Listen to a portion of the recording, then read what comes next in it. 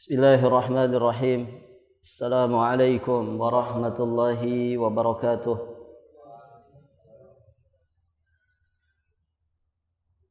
Alhamdulillahi wa kafa wa salamun ala ibadihi alladhina istafa. Asyhadu an la ilaha illallah wahdahu rabbi la syarika lah. Wa asyhadu anna Muhammadan abduhu wa rasuluh. Qala Allah Ta'ala fil Qur'anil Karim, ya ayyuhalladzina amanu taqullaha haqqa tuqatih wa la tamutunna illa wa antum muslimun, amma ba'd. Fa ya ayyuhal hadirun i'lamu arsyadakumullah fa inna asdaqal hadithi kitabullah wa khairal hadyi hadyu Muhammadin sallallahu alaihi wa alihi wasallam. Allahumma 'allimna ma yanfa'una wanfa'na bima 'allamtana wa zidna ilman. Para hadirin jamaah salat zuhur rahimani wa rahimakumullah. Kita akan melanjutkan pembahasan nawaqidh al-wudu, beberapa pembatal wudu. Di pembahasan yang lalu sudah kita sampaikan yang pertama, ma kharaja minas sabilain, apa yang keluar dari dua jalan, yakni kubul dan dubur. Mulai dari buang angin, kemudian buang air besar ataupun kecil, kemudian keluarnya air mani, keluarnya madhi, keluarnya wadi, atau apapun yang keluar dari kedua lubang tersebut, walaupun mungkin tidak lumrah keluar. Jadi apapun yang keluar dari dua jalan tersebut, maka itu termasuk pembatal wudu. Kemudian yang kedua yang sudah kita bahas, an-naumul mustaghraq, yakni tidur pulas sampai tidak sadarkan diri, baik dalam keadaan duduk, menempel di atas lantai, ataupun berbaring. Selama disebut tidur pulas, para jamaah yang dirahmati Allah, maka itu pembatal wudu. Berikutnya yang ketiga, di antara pembatal wudu adalah hilangnya akal. Hilangnya akal bukan karena tidur. Berarti hilang akal karena gila, jelas ya, ini membatalkan wudu. Kemudian hilang akal disebabkan karena pingsan, karena mabuk, atau disebabkan karena obat bius dan lain sebagainya. Keadaan seperti ini tentu keadaan yang tidak sadar, di mana seseorang tidak akan lagi mengetahui dan menyadari apakah wudunya batal ataukah tidak. Maka jumhurul ulama, mayoritas ulama menyatakan bahwa wudunya batal. Demikian. Kemudian para jamaah yang dirahmati Allah, menyentuh kemaluan tanpa alas, ini juga membatalkan wudu, walaupun nanti ada rincian. Dasarnya adalah apa yang datang dari jalan sahabat yang mulia Abi Hurairah radhiyallahu taala anhu. Rasulullah sallallahu alaihi wasallam bersabda, "Idza afdha ahadukum biyadihi ila farjih wa laisa bainahu wa bainaha hijab wala satr faqad wajaba alaihi alwudu." Jika salah seorang dari kalian menyentuh kemaluannya dengan tanpa alas atau tanpa tutupan, maka berarti dia wajib berwudu. Baik para jamaah yang dirahmati Allah, di sana juga ada hadis dari Busrah binti Safwan. Beliau berkata, Nabi SAW bersabda, "Man massa dzakarahu fala yusalli hatta yatawaddaa." Apabila seorang dari kalian menyentuh kemaluannya, maka janganlah dia melakukan salat sampai dia berwudu.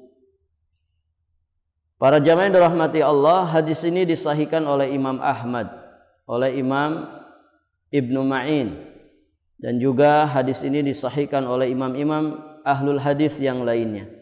Kemudian di sana ada hadis yang lainnya, yakni hadis dari Qais bin Talaq bin Ali dari bapaknya radhiyallahu taala anhu. Beliau berkata, Rasulullah sallallahu alaihi wasallam bersabda ketika ditanya oleh seseorang yang menyentuh kemaluannya. Maka beliau menyatakan, wa hal huwa illa bid'atun minhu. Bukankah kemaluan itu bagian daripada tubuhnya? Taib. Jadi di sini ada dua riwayat hadis. Yang satu mengatakan harus berwudu, jangan sholat sampai dia berwudu. Yang satu mengatakan bahwa kata Nabi itu bagian dari tubuhmu. Artinya salah satu dari bagian anggota tubuhmu, sama dengan yang lainnya, seperti menyentuh tangan, menyentuh kaki, menyentuh pipi. Nah, demikian para jamaah yang dirahmati Allah. Maka di sana ada penjelasan dari Syekhul Islam Ibnu Taimiyah rahimahullahu taala, di mana beliau mengkompromikan atau menjamak kedua hadis tersebut. Beliau menjelaskan bahwa hadis pertama, hadis Busrah binti Safwan, itu apabila disertai dengan syahwat. Hadis dari Busrah binti Safwan yang menyatakan bahwa menyentuh kemaluan itu membatalkan wudu, itu yakni apabila disertai dengan syahwat. Karena sentuhan biasa dengan sentuhan syahwat itu tentu berbeda. Adapun hadis dari Qais bin Talaq bin Ali, para jamaah sekalian yang dirahmati Allah, Nabi menyatakan seperti itu karena memang apabila tidak disertai dengan syahwat. Kalau tidak disertai dengan syahwat, maka tidak membatalkan wudu. Namun kalau disertai dengan syahwat, maka itu membatalkan wudu. Karena sentuhan atau menyentuh kemaluan dengan syahwat, tentu ini akan berakibat kepada keluarnya air madhi. Dan keluar air madhi itu para jamaah yang dirahmati Allah membatalkan wudu. Para jamaah sekalian yang dirahmati Allah, berikutnya di antara yang membatalkan wudu adalah makan daging onta. Ada yang pernah makan daging onta, Pak? Ya, jarang ada onta di kita ya. Ada di kebun binatang, nggak boleh disembelih. Baik. Nah, makan daging onta ternyata membatalkan wudu. Dasarnya apa? Riwayat dari Jabir bin Samurah radhiyallahu taala anhu, bahwa seseorang laki-laki bertanya kepada Nabi sallallahu alaihi wasallam, "A'atawadda min luhumil ghanam?" Apakah aku berwudu? Apakah aku harus berwudu ketika memakan daging kambing? Qala in syi'ta fatawadda. Kata Nabi, jika engkau mau maka silahkan berwudu. Jadi tidak wajib mengulang wudu. Ya, artinya tidak membatalkan wudu kalau makan daging kambing. Jadi in syi'ta fatawadda. Kalau engkau mau silahkan wudu, wa in syi'ta fala tatawadda. Namun jika engkau pun mau, maka tidak usah berwudu, tidak apa-apa. Qala, kemudian orang itu bertanya lagi, atawadda'u min luhumil ibil? Apakah aku harus berwudu ketika makan daging onta? Maka Nabi SAW menjawab, qala na'am, iya. Fatawadda' min luhumil ibil. Berwudulah karena engkau makan daging onta. Baik, para jamaah yang dirahmati Allah. Di redaksi yang lain, Jabir bin Samurah radhiyallahu taala anhu juga mengatakan bahwasanya kami, yakni para sahabat, biasa berwudu karena makan daging onta, dan kami tidak berwudu karena makan daging kambing. Nah, demikian para jamaah yang dirahmati Allah. Dan pendapat ini juga banyak dianut oleh para ulama mazahib, di antaranya Imam Ahmad, Imam Ishaq bin Rahawai, Yahya bin Yahya Ibnul Munzir, Ibnu Khuzaimah. Jadi yang berpendapat bahwa makan daging onta itu membatalkan wudu banyak sekali. Dan juga jamaah dari para sahabat sebagaimana yang dikisahkan disebutkan oleh Imam An-Nawawi. Para jamaah yang dirahmati Allah Subhanahu wa taala, dalam mazhab Syafi'i juga demikian. seperti yang disebutkan oleh Imam Al-Baihaqi bahwa sebagian sahabat kami dari madhab Asy-Syafi'i menyatakan jika hadis tentang makan daging onta itu sahih, maka aku berpendapat dengannya. Dan ternyata dua riwayat yang datang tentang makan daging onta itu membatalkan wudu, dua-duanya adalah riwayat yang sahih. Demikian yang disebutkan oleh Imam Al-Baihaqi. Jadi para jamaah, suatu ketika kalau kita nanti makan daging onta, mirip daging sapi Pak ya, cuman dia lebih alot sedikit, warnanya lebih hitam. Nah para jamaah yang dirahmati Allah, suatu ketika nanti kita makan daging onta, maka kita mesti berwudu ya setelah memakan daging onta berdasarkan dua riwayat tadi. Berikutnya para jamaah yang dirahmati Allah, di sana juga ada beberapa perkara yang sebetulnya tidak membatalkan wudu ya. Kita sampaikan secara singkat saja. Yang pertama, menyentuh wanita tidak dengan syahwat. Yakni apabila tidak keluar mani dan madhi dari kemaluan. Maka para jamaah yang dirahmati Allah, menurut sebagian pendapat ulama ini tidak membatalkan wudu. Kita tidak sedang membahas wanitanya siapa yang disentuh ini gitu ya. Karena itu pembahasan yang lain. Intinya menyentuh wanita apabila tidak keluar mani, tidak keluar madhi dari kemaluan, maka tidak membatalkan wudu. Kemudian para jamaah yang dirahmati Allah, keluar darah karena luka, karena berbekam, atau misalkan jerawat yang pecah mengeluarkan darah, atau bisul yang pecah, atau yang semisal dengan itu, ya keluar darah para jamaah, ketika sedikit keluarnya ini tidak membatalkan wudu. Demikian pula muntah dan sejenisnya, baik sedikit ataupun banyak. Sebagian menguatkan pendapat yang mengatakan tidak membatalkan wudu. Termasuk orang yang tertawa terbahak-bahak di dalam sholat ataupun di luar sholat, ini tidak membatalkan wudu. Kemudian memandikan jenazah atau mengusung jenazah tidak membatalkan wudu, walaupun ada anjuran ya untuk mandi, untuk berwudu. Kemudian juga yang bukan pembatal wudu adalah keraguan seseorang yang berwudu tentang satu hadas. Sudah berwudu kemudian dia muncul keraguan apakah sudah batal atau belum. Nah, sekedar keraguan seperti itu para jamaah itu tidak membatalkan wudu. Kemudian ketika orang merasakan keluarnya tetesan air kencing, bagi orang yang diuji dengan salisul baul yang pernah kita sampaikan. Kemudian yang bukan termasuk pembatal wudu adalah mencukur rambut, motong kuku, ya, termasuk melepas khuf, ini tidak membatalkan wudu. Baik. Berikutnya yang akan kita bahas adalah tentang perkara-perkara yang mewajibkan kita wudu. Pertama jelas sholat ya. Orang yang mau mengerjakan sholat wajib ataukah sunnah, maka wajib berwudu. Dasarnya jelas tentang perintah berwudu sebelum sholat di surat Al-Maidah ayat yang ke-6. Kemudian juga hadis Nabi, la tuqbalu salatun bi ghairi tuhurin wala sadaqatun min ghulul. Tidak diterima oleh Allah salat yang dilakukan tanpa bersuci, dan sedekah dari hasil khianat juga tidak diterima di sisi Allah. Salat yang tanpa wudu, ya berarti wudu syarat sahnya salat. Kemudian yang wajib berwudu adalah tawaf. Ya, semoga kita dimudahkan untuk menuju tanah suci.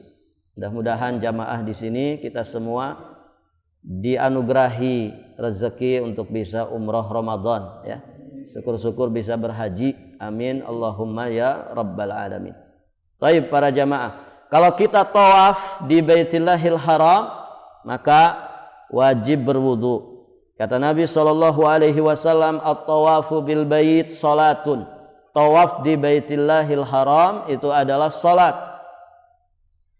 Illa annallaha abaha fihil kalam. Hanya saja Allah Subhanahu wa taala memperbolehkan bicara di dalamnya.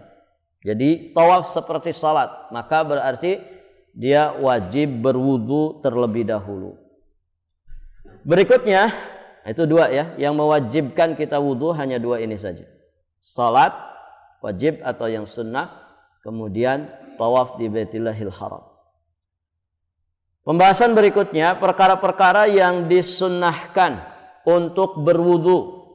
Pertama, disunnahkan berwudu di saat kita berzikir kepada Allah Azza wa Jalla.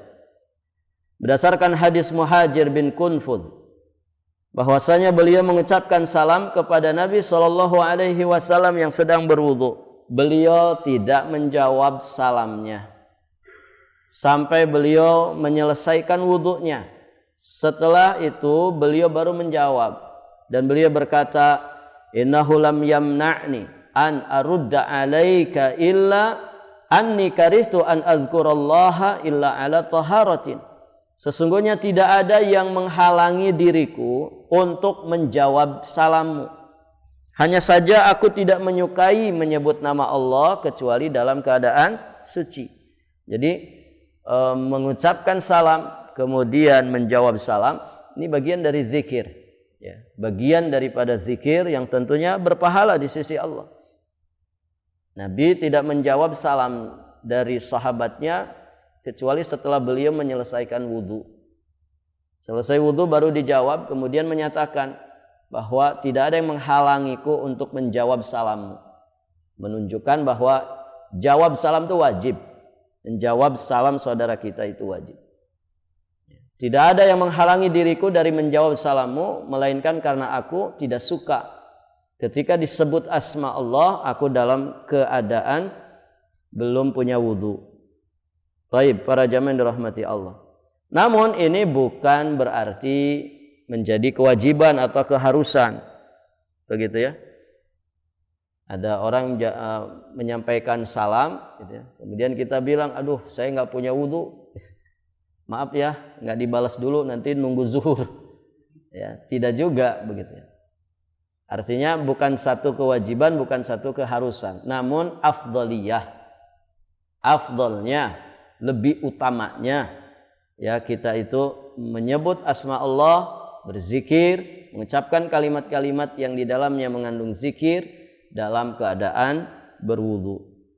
Kalaupun tidak punya wudu, ya tidak ada masalah. Begitu ya. Karena di sana ada hadis yang lain dari Aisyah radhiyallahu taala anha, di mana beliau mengatakan kana Nabi sallallahu alaihi wasallam yadhkurullah ala kulli ahyani. Nabi sallallahu alaihi wasallam selalu berzikir kepada Allah dalam setiap keadaannya. Nah, bisa jadi dalam keadaan Nabi sallallahu alaihi wasallam tidak sedang punya wudu, beliau tetap berzikir. Hanya ada dua kondisi yang kita terhalang mengucapkan zikir. Kapan itu, Pak? Yang kita nggak boleh sambil zikir di situ. Pertama, di saat buang hajat di kamar mandi. Begitu ya. Di WC mau mandi, mau BAK, mau BAB, tidak boleh sambil berzikir. Manfaatkan waktu, ya. Sambil baca Quran misalkan, menghafal. Tidak boleh. Ya. Sedang mandi, sedang BAB, sedang BAK, tidak boleh. Ya. Terhalang, ya, terhalang lisan kita dari mengucapkan zikir. Kalau hati yang selalu ingat kebesaran Allah, ini dalam setiap keadaan. Ya, artinya kalau yang ingat itu hati kita, ingat kepada Allah, kepada kebesaran Allah, kata Syekh Al-Utsaimin, itu tetap dianjurkan dalam setiap keadaan. Hati, ya, hati yang selalu eling kepada Allah, hati yang selalu ingat kepada kebesaran Allah. Begitu ya. Ya, sehingga itu menjadi modal bertakwa. Ya, di WC ya tetap bertakwa walaupun di WC. Begitu ya. Satu lagi yang tidak boleh lisan kita berzikir. Kapan, Pak? Terhalang, di saat itu terhalang. Tidak boleh. Karena tidak beradab. Kapan? Di saat kita sedang berhubungan badan dengan istri kita. Boleh berzikir? Tidak boleh. Ada juga zikir sebelumnya. Kalau sebelum hubungan badan ada zikirnya. Apa doanya, Pak? Pada punya istri tidak ini? Sebelum hubungan badan apa doanya? Bismillah aja gitu. Iya, memang bismillah. Bismillah, Allahumma jannibna syaitan wa jannibis syaitana ma razaqtana. Itu doanya. Kalau sebelumnya enggak apa-apa. Tapi kalau saat atau sedang melakukan enggak boleh. Sambil takbir gitu, Allahu Akbar. Enggak boleh para jamaah. Ghair mu'addab, ya. Tidak beradab. Ini kondisinya tidak pas, ya. Kita mengucapkan kalimat-kalimat thayyibah, ya. Jadi sebelumnya saja berdoa. Saya pernah menjelaskan seperti ini di ibu-ibu gitu. Ternyata ibu-ibu ada yang berkata, "Iya, suami saya suka bertakbir, Ustaz." Enggak boleh. Saking semangatnya begitu. Tidak boleh. Di saat itu tidak boleh. Ya. Karena ya tidak beradab gitu. Kita sedang buka-bukaan gitu. Kita sedang enak-enak begitu. Sebelum atau setelahnya ya silahkan. Taib.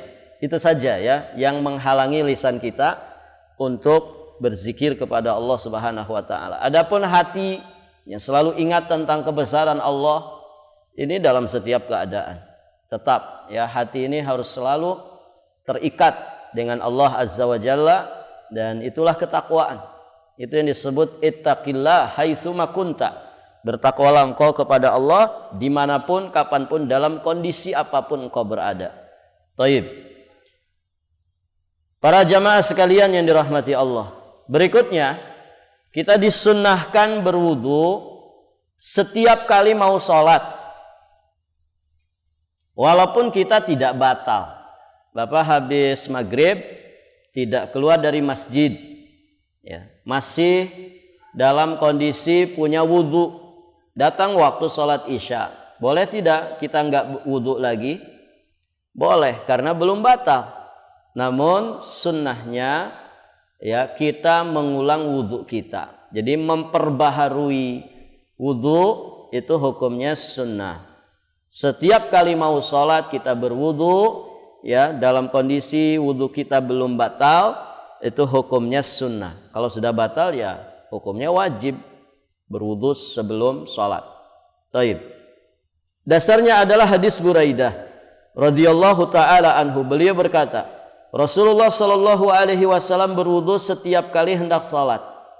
Akan tetapi pada saat Futuh Mekah, yakni pada waktu penaklukan kota Mekah, beliau berwudu dan mengusap kedua sepatunya serta mengerjakan beberapa sholat dengan satu kali wudu saja. Sampai-sampai Umar ibnul Khattab berkata kepada Nabi, "Ya Rasulullah, engkau melakukan sesuatu yang sebelumnya tidak pernah engkau lakukan." Maka kemudian Nabi menjawab, "Aku sengaja melakukannya wahai Umar." Nah, di sini menunjukkan bahwa orang itu kalau masih punya wudu, maka wudunya ini masih boleh digunakan untuk beberapa kali sholat. Bapak misalkan sholat duha jam 11, kemudian waktu zuhur sejam lagi. Selesai duha, tidak lama masuk waktu zuhur. Kemudian karena sholat kita belum batal, maka kita menggunakan wudu sholat duha untuk wudu untuk sholat zuhur. Maka ini boleh. Para jamaah yang dirahmati Allah.